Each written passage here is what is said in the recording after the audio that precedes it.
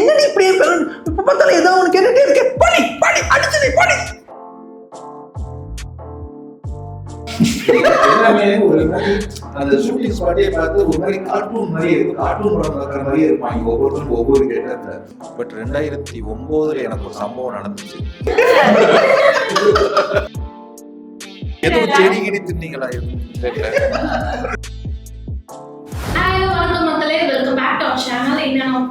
இன்னைக்கு நம்ம கூட வந்து யார் இருக்காங்க அப்படின்னா, இந்த டீம் இருக்காங்கன்னா mister house keeping movie team தான் வந்து ஜாயின் பண்ணியிருக்காங்க. அவங்க கூட வந்து ஒரு ஃபன்னா இன்டராக்டிவா அவங்க படத்தை பத்தி அப்படின்னு அவங்கள பத்தி அப்படின்னு நம்ம வந்து ஒரு ஜாலியான ஒரு இன்டர்வியூ போக போறோம். ஃபர்ஸ்ட் ஆஃப் ஆல் எல்லாருக்கும் வந்து best wishes for mister house keeping. Thank you. First நான் வந்து ஹரிபாஸ்கர் கிட்ட ஸ்டார்ட் பண்ணலாம்னு இருக்கேன். ஏன்னா அவங்க வந்து நான் சின்ன வயசுல இருக்கும்போது வந்து நானும் சின்ன பிள்ளைதான் இப்படி சொல்லி நம்ம வந்து முடிச்சிடுறேன். இல்ல, நான் உண்மையாவே சின்ன வயசுல இருக்கும்போது உங்களோட வீடியோஸ் எல்லாம் வந்து பார்த்து லீவ் டைம்ல வந்து அதுவும் அந்த கோவிட் டைம்ல தான் வந்து இன்னும் அதிகமா பார்த்து என்ஜாய் பண்ணி ஒரு வைப்ல இருந்தோம். இப்போ நீங்க பிக் ஸ்கிரீன்ல பார்க்க போறோம் அப்படின்ற ஒரு வைப் இருக்கு. ஃபர்ஸ்ட் உங்களே நீங்க வந்து பிக் ஸ்கிரீன்ல பார்க்க போறீங்க அப்படின்ற அந்த எக்ஸ்பீரியன்ஸ் எப்படின்னு நினைக்கிறீங்க?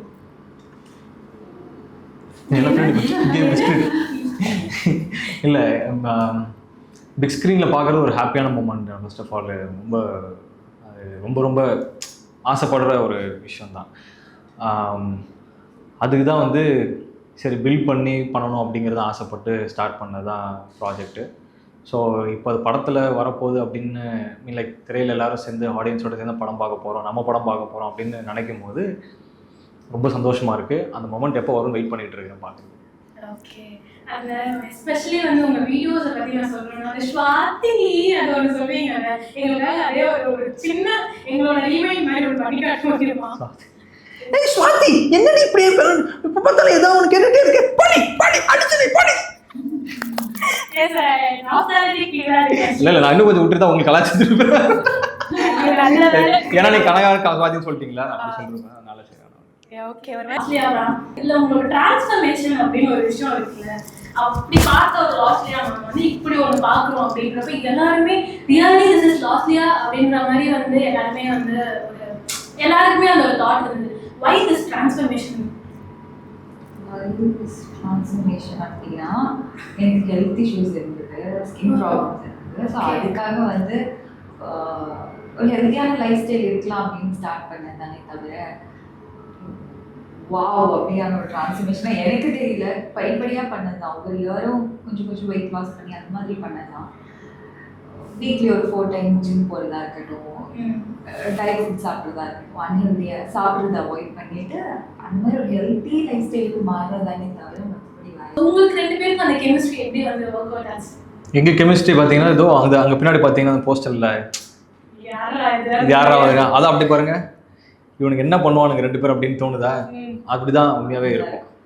ஆமாம், அது வந்து இவங்க ரெண்டு பேரும் என்ன பண்ண போறானுங்க அப்படின்னு இவன் பார்க்க பயங்கர கலாச்சிருவா மாதிரி இருக்கான். அந்த பொண்ணு கலாச்சா கோவப்படுற மாதிரி ஒரு ஆங்கிள் இருக்காங்க. இவங்க ரெண்டு பேரும் எப்படி ஒரு காம்பினேஷன் ஒர்க் ஆவாங்கன்ற மாதிரி தான் ஒரு கேப்டன் மோஸ்ட்லி மூவிஸ்ல நிறைய பார்த்து என்ஜாய் பண்ணியிருக்கோம்.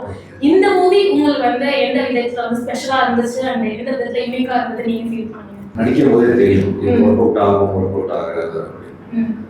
இந்த படம் நான் முதல் ஷார்ட்ல இருந்தே ஒர்க் அவுட் ஆகும் அப்படிங்கிற மாதிரி தான் ஃபீல் ஆன படம். ஸோ பயங்கர ஹாப்பியாக படம். ரெண்டாவது டைரக்ட் அவர் ரைட்டிங்காகவே ரொம்ப நல்லா பண்ணியிருந்தார். ரெண்டாவது சொல்லிக் கொடுக்கும்போது நல்லா நடிச்சிருக்காரு. ஸோ அவர் பாடி லாங்குவேஜ் இருக்கட்டும், அது ஒரு மாதிரி ஒரு அவரே ஒரு மாதிரி வைப்பா தான் இருப்பாரா? நல்ல வைப். அவருக்கு கான்ட்ராஸ்ட் கேமராமேன் ஒருத்தர் எல்லாமே ஒரு மாதிரி அந்த ஷூட்டிங் ஸ்பாட்டே பார்த்து ஒரு மாதிரி கார்ட்டூன் மாதிரி இருக்கும். கார்ட்டூன் படம் பார்க்குற மாதிரியே இருப்பாங்க ஒவ்வொருத்தரும் ஒவ்வொரு கேட்டத்துல. ஒரு கேப் போட்டிருப்பாரு. அங்கே அவரு நம்ம தலைவர் கேமராமேன் ஒரு பேண்ட் கட்டி ஒரு சூட் அங்கிட்டு பார்த்தா ஒரு அசோசியேட் இருக்கு. அவன் ஒரு வேற ஒரு பேட்டர்ன்ல இருப்பான். நீங்க பார்த்தாலே ஒரு ஷூட்டிங்ல ஒரு அனிமேஷன் மாதிரியே இருக்காங்க. இல்ல வேற ஏதோ ஜோன்ல இருக்கிறவங்க இங்க வந்துட்டானுங்களோ. எல்லாருமே தனி, இந்த உலகத்துல ஒவ்வொன்றும் தனி பீஸ் அப்படிம்பாங்க. ஒவ்வொருத்தரும் தனித்தனி பீஸ், ஒவ்வொருத்தனோட பாடி லாங்குவேஜ். ஆனா வேலை வந்து ரொம்ப ஜாலியா போகும். அந்த ஷூட்டிங் ஸ்பாட்லயே ஒரு மாதிரி நல்ல வைபா இருக்கும். கோர்ஸ் உங்களோட எக்ஸ்பீரியன்ஸ் பற்றி மிஸ்டர் ஹவுஸ் கீப்பிங் மியூசிக் நீங்களே ஒரு பாட்டு வர பாடிருந்தீங்க அந்த வைபஸ்டி ஸோ அந்த மாதிரி வைபா எல்லாம் சொல்ற மாதிரி செட்டே ஒரு மாதிரி கார்ட்டூன் அனிமேஷன் அப்படிலாம் இருக்கும்போது உங்களுக்கு மியூசிக் போட வந்து எந்த அளவுக்கு ஜாலியாக இருந்துச்சு